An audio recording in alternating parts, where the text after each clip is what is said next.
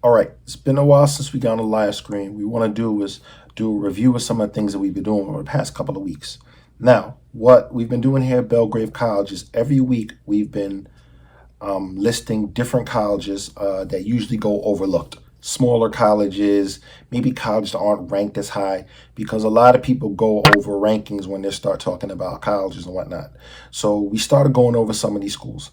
We looked at Morgan State, Coppin State, University of Maryland, Eastern Shore, University of Maryland College Park. We looked at Frostburg. I think we went over NYU, went over some other schools as well.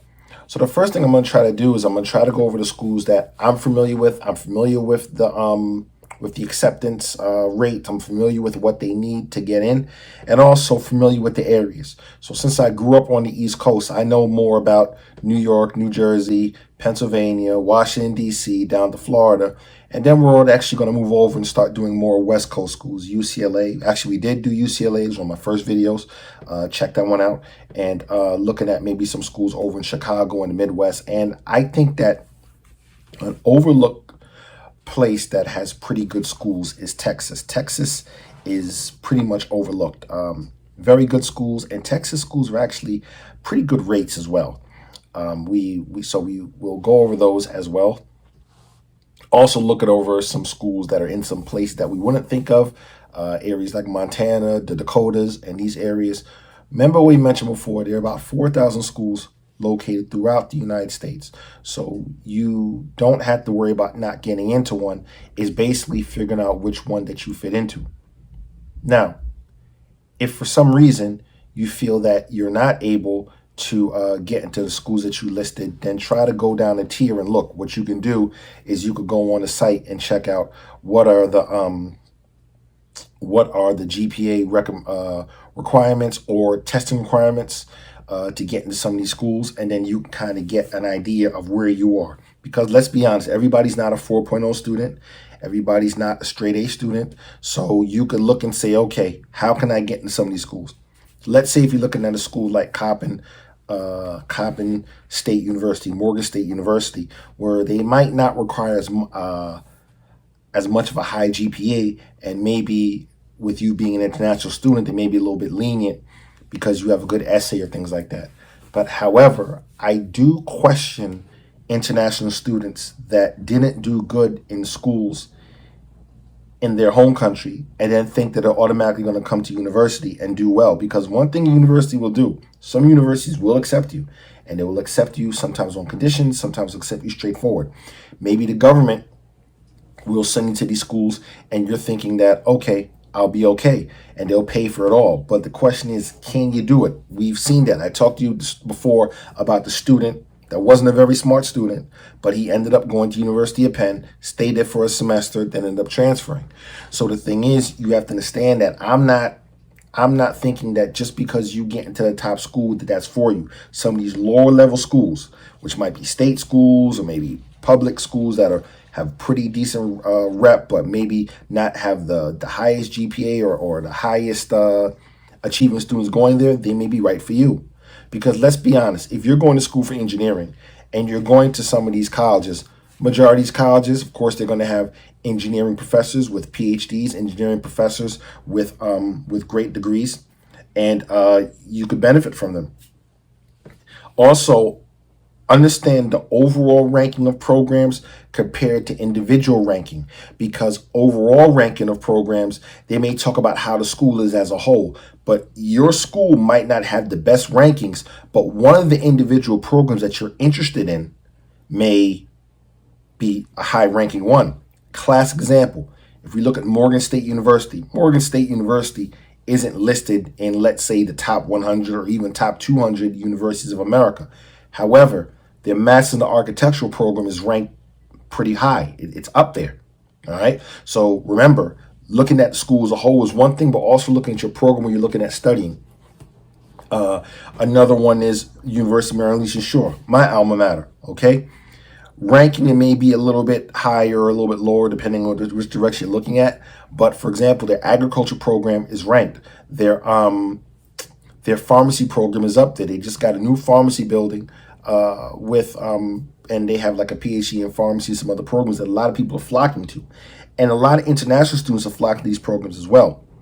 So make sure that you're looking at these programs as a whole. Look at the programs and then look at the school as a whole.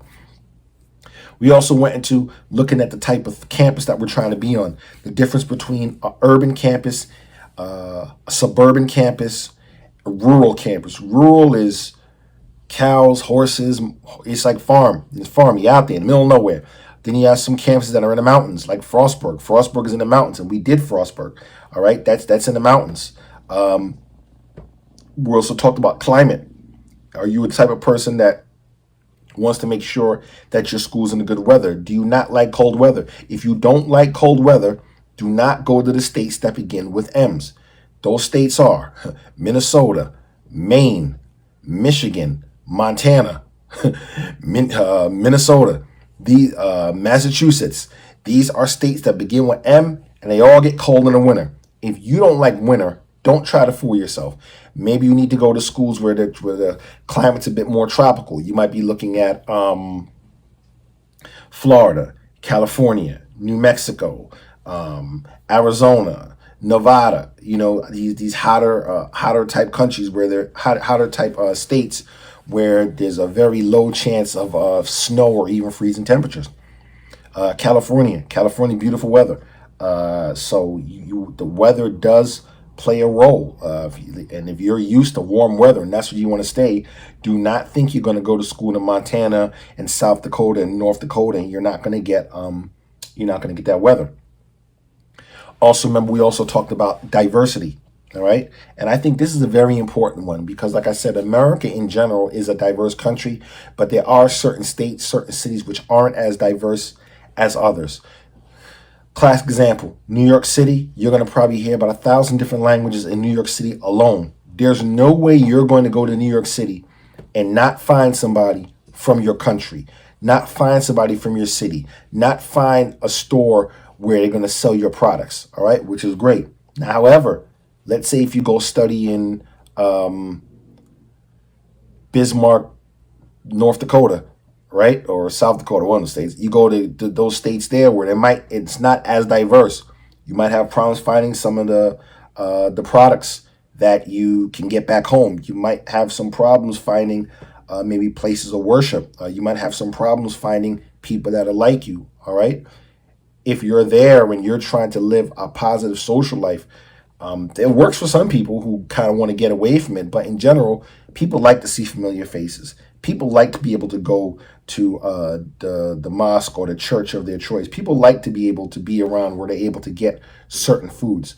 Maybe you want to cook a meal and you're in a state that simply doesn't have the spices that you're looking for. And that could be a bit of a problem. However, you have Amazon and eBay and all these mail order things, so it's not that hard to find these things. But remember, balancing that social life with that school life it's very much important. All right. So remember, these are some of the things that we have to look at the factors when we're going into some of these schools. Also, we also talked about the size of these schools. Okay. Small, medium, large. UCLA had 45,000 students, as opposed to Maryland Eastern Shore had less than 3,000 students. All right. The difference is that even though UCLA is a big school, Maryland Eastern Shore, you're going to have smaller classes. Classic example. I went back to my old college the other day with my family, with my daughter. And when I was there, I ran into people that I knew, coaches that I knew. We all knew each other. It was one big family.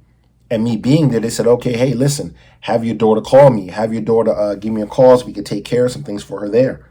Now, what do you think the chances of that are happening at a school like UCLA with 45,000 people? It doesn't have that intimate relationship that you're kind of looking for. And remember, sometimes when you go to college, you walk away with lifelong friends. And some of them are international students as well. My school I went to was a small school, but I walked away with international friends that are my friends for life.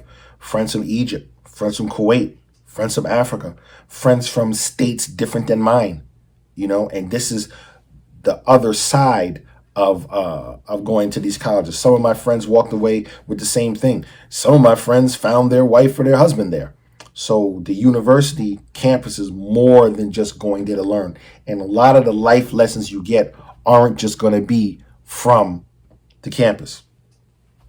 So remember, go over those points there. Go over those points there. We're heading into the end of the summer right now. Some of the colleges do have rolling admissions. So if these colleges have rolling admissions, you want to start putting your things in now, your paperwork in now, your portfolio in now.